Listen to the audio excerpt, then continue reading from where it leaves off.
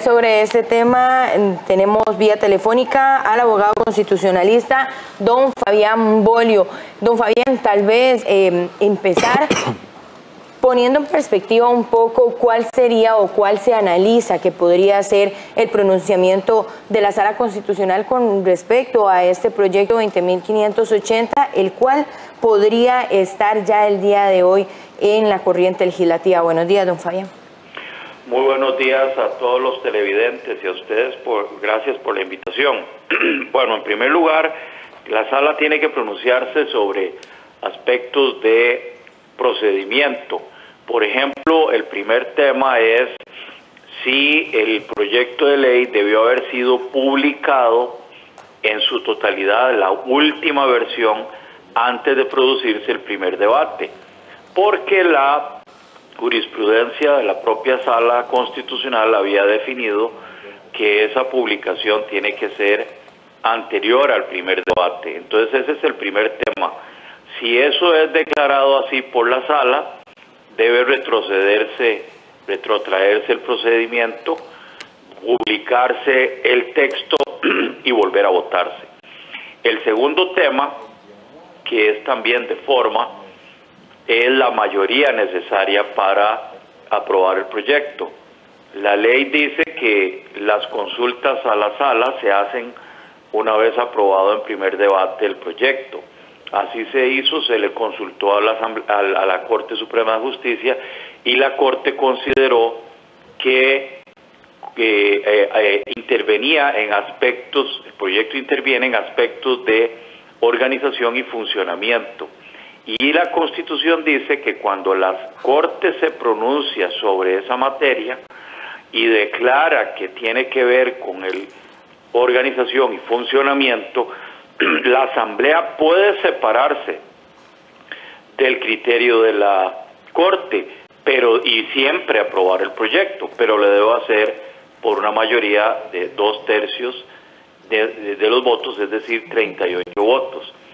Si esto es así, obligaría a obtener esa mayoría, o si no, retrotraer el proyecto antes del primer debate, suprimir el capítulo de modificaciones a los pensiones y salarios en el Poder Judicial, y al eliminarse ese componente puede votarse por mayoría simple. Esas serían dos opciones.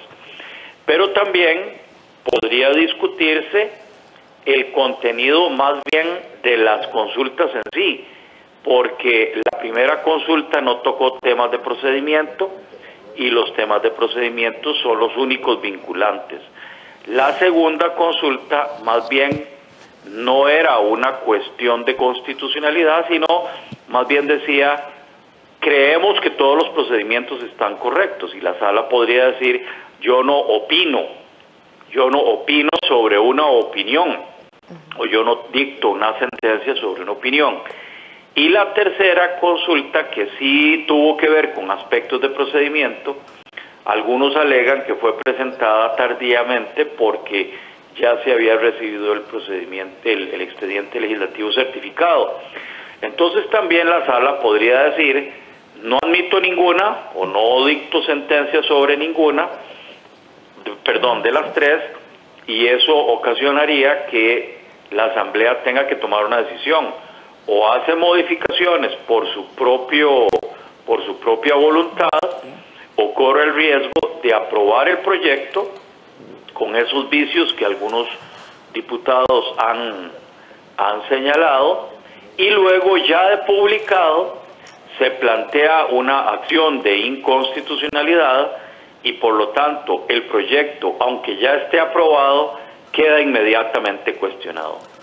Entonces, esas son las hipótesis que tiene que resolver la Sala Constitucional. Perfecto, muchísimas gracias a don Fabián Bolio, abogado constitucionalista, por ponernos en perspectiva lo que podría pasar el día de hoy. En sí, la Sala Constitucional se pronuncia sobre estas consultas que se le realizaron. También se quedó con nosotros doña Gloria Valerín para ampliar y también dar su posición con respecto a esto. Doña Gloria, tal vez si analizamos un poco estos escenarios que nos ponía don Fabián Bolio, y cuál sería ese análisis que usted podría hacer de este pronunciamiento de la sala. Rescatar que también usted estuvo en el servicios técnicos de la Asamblea Legislativa, así que maneja bastante bien este tema. Cuando me pensioné era directora legislativa. Correcto. De modo que efectivamente tengo conocimiento sobre el tema.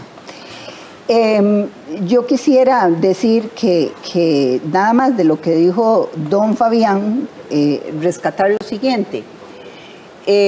Efectivamente, si como entiende él y entiendo yo, me parece, requería 38 votos el proyecto de ley, porque la Corte dice que afecta su organización y funcionamiento, eso significa que no le podía aplicar el 208 bis, que es la vía rápida que le aplicó, porque el 208 bis del reglamento excluye los proyectos de ley que necesiten mayoría calificada. Eso significaría que todo lo actuado es absolutamente nulo y que tiene que volver al momento en que se aprueba la aplicación de esa vía rápida. Ahora, esto lo conocía. Por supuesto que la presidenta de la Asamblea Legislativa lo sabe. Si hacen una cosa a sabiendas de que se les puede venir abajo, pues la responsabilidad es absolutamente de ellos. Y lo otro importante es que yo quisiera que entráramos a analizar el fondo de la consulta también, porque me parece que la consulta, la primera que se presentó, es importante y está muy bien fundada. Y sobre todo está fundada en los antecedentes de la propia Sala Constitucional. De modo que si ahora la Sala se aparta de sus criterios, pues será porque cambió, pero no porque ella no haya dicho lo que los consultantes dice que dijo sobre cada uno de los artículos constitucionales que este plan fiscal violenta. Y me parece que lo otro que resulta importante, digamos, serían las consecuencias. Don Fabián hablaba de que solo por el procedimiento es vinculante, eso hay que explicarlo. Lo cierto es que la Sala se puede referir al fondo de la consulta, los temas consultados, y decir, bueno, nos parece que sí, esto es inconstitucional, que esto viola tal artículo.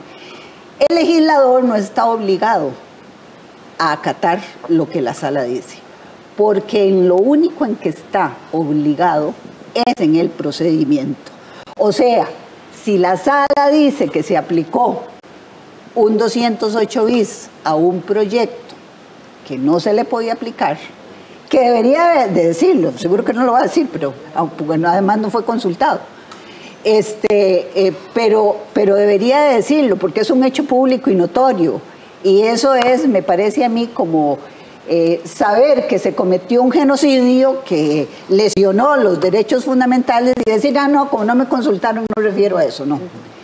La Sala debería referirse a eso. Y, como dijo el exmagistrado Gilbert Armijo en una reciente entrevista que le hizo Universidad, pero entonces lo vinculante debería entenderse bien, sería que si la Sala se pronuncia porque hay vicios en el procedimiento, eso anularía todo lo actuado. Bien, sí. Ya tenemos vía telefónica a José Miguel Corrales, abogado constitucionalista. Buenos días, don José Miguel. ¿Coincide usted con las apreciaciones de doña Gloria de que al necesitar eventualmente 38 votos debería retrotraerse el procedimiento que hasta ahora se lleva para este plan fiscal? Buenos días. Hola, José Miguel. Buenos días, don José Miguel Corrales, abogado. Un saludo cariñoso para mi querida amiga doña Gloria Varela. Mire, abundar en razones de lo que dijo doña Gloria me parece que es una herejía. Lo suscribo en su totalidad, con algunas observaciones. En el año 86, don Oscar Arias convocó en las primeras sesiones de la Asamblea un proyecto que se dio a llamar el Convenio Túnez. Y la Asamblea Legislativa en ese momento se enfrascó en una discusión de los 6-7 meses de si era constitucional o era inconstitucional el texto que discutía. Ahí sentíamos nosotros, los diputados del entonces, la necesidad de que hubiera alguien, un organismo, una entidad que la Asamblea Legislativa pudiera consultar con la suficiente formación académica, seriedad y patriotismo para que ilustrara el criterio de los señores diputados.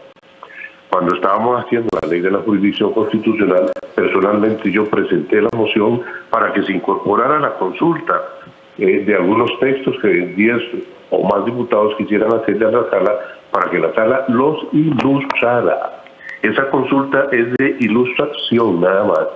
En lo que yo recuerdo que es vinculante es cuando hay consultas en tratados internacionales y la sala constitucional hace observaciones que la Asamblea Legislativa necesariamente tiene que obedecerlas. Mire, don Otto Guevara en un momento de su carrera parlamentaria consultó a la sala si el texto del presupuesto que estaban discutiendo era inconstitucional o no, por una serie de cosas que tenía. La sala le dijo, es inconstitucional. Aprobado el presupuesto, don Otto presenta la acción de inconstitucionalidad y la sala la rechaza, para que vea cómo son las cosas. Por esa razón, lo dicho por doña Gloria, lo suscribo en su totalidad, y si en este país hay derecho, necesariamente tiene que anularse todo lo aprobado, con una observación más. Para mí, que fue advertido oportunamente el directorio de que se estaba poniendo a discusión un texto que estaba siendo violentando la constitución política, eso se llama prevaricato. Prevaricato. Es sumamente delicado, porque entonces ¿para qué existen las leyes? ¿Para qué existe el delito de prevaricato en nuestro Código Penal si no es cuando los jueces administran justicia en contra del espíritu y de la letra de la ley? No, ya es hora de que pongamos orden en este país.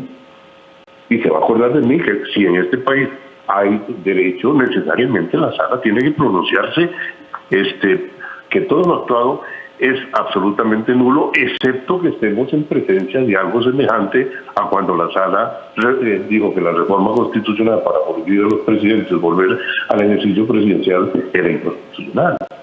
Eso es, como dijo el presidente Luis Alberto en su momento, eso es un bazucazo a la Constitución. Si la sala hoy dice algo distinto, es un bazucazo a la Constitución, y el país tiene que tomar nota de que en este país las oligarquías económicas son las que hacen las cosas como les plazca. O sea que para ellos no hay ordenamiento jurídico. Gracias a José Miguel Corrales, abogado constitucionalista. Tenemos más entrevistados. Así es, tenemos a don Rubén Hernández, también abogado constitucionalista. Don Rubén, tal vez analizar un poco lo que nos indicaba doña Gloria y también don José Miguel Corrales, la necesidad de esos 38 votos, y si no se cuenta con esos 38 votos, eliminar por completo todo lo que se ha hecho de este proyecto de fortalecimiento de las finanzas públicas. Buenos días, don Rubén. Buenos días, Laura. Vea, el proyecto no necesita 38 votos. Ese es un error por lo siguiente, porque el proyecto requeriría 88 votos si hubiera habido necesidad obligatoriamente de consultar al Poder Judicial, porque el proyecto se refiriera a la organización y funcionamiento del Poder Judicial. Pero ese proyecto no se refiere ni a la organización ni al funcionamiento del Poder Judicial, y ya hay abundante jurisprudencia de la sala en el sentido de que en materia de pensiones y salariales no tiene que ver ni con el funcionamiento ni organización de la sala. Posiblemente el voto de la sala lo que va a decir es eso, de primera entrada, de que no procede, que la consulta al Poder Judicial era innecesaria y que en todo caso esa consulta no es vinculante por no referirse a las materias que establece el 167. De manera que ese es un tema que creo que no va a ser objeto de discusión, o no va a ser, digamos, objeto de polémica, porque posiblemente la sala va a decir de que al no requerirse o no era vinculante esa consulta, entonces el proyecto solo requiere 29 votos. Luego, en cuanto al tema del procedimiento, la sala ni siquiera va a entrar a conocerlo por dos razones. La tercera consulta tiene dos vicios que la hacían inadmisible. Una, repitió cuatro firmas contenidas en la primera, con lo cual solo alcanzó 6 firmas, lo que la hacía inadmisible.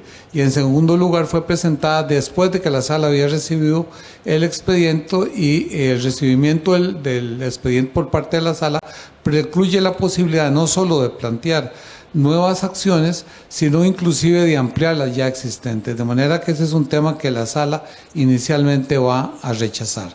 En consecuencia, la sala se va a pronunciar solo sobre la primera consulta sobre los 5 puntos, y si eventualmente llegara a determinar que alguno de ellos es inconstitucional, la Asamblea Legislativa no queda vinculada por ese criterio de la sala y perfectamente puede aprobar el proyecto tal y como está actualmente. De manera que a mí me parece que no va a haber mayores sorpresas, que el proyecto va a ser aprobado sin mayores temas y la sala no va a entrar a aspectos procedimentales, porque la consulta que los planteó no es admisible procesalmente, y la sala, en la jurisprudencia de los últimos 7 u 8 años, ha establecido que ella de oficio no entra a conocer asuntos sobre los cuales no ha sido expresamente consultada. Muchísimas gracias a Rubén Hernández, abogado constitucionalista. Ya tenemos que irnos, tal vez un cierre muy breve de doña Gloria, porque tenemos el tiempo ya. Ok. No, nada más decir que el proyecto de ley, tal y como lo plantea la consulta, violenta artículos muy importantes de la Constitución Política que tienen que ver sobre todo con la arquitectura, el diseño de nuestro Estado de Derecho. Este es un Estado social de derecho. Eso significa que la solidaridad, la justicia tributaria es importantísima, mantenerla y desarrollarla, ese principio. ¿Cómo violenta el proyecto eso? Nada más para referirme solo una cosa, eran 9 asuntos, pero me voy a referir a ese.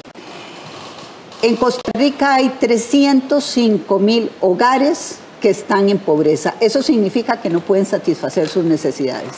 Y hay 86,000, casi 87,000 hogares que están en extrema pobreza, que sobreviven con 47,000 colones mensuales.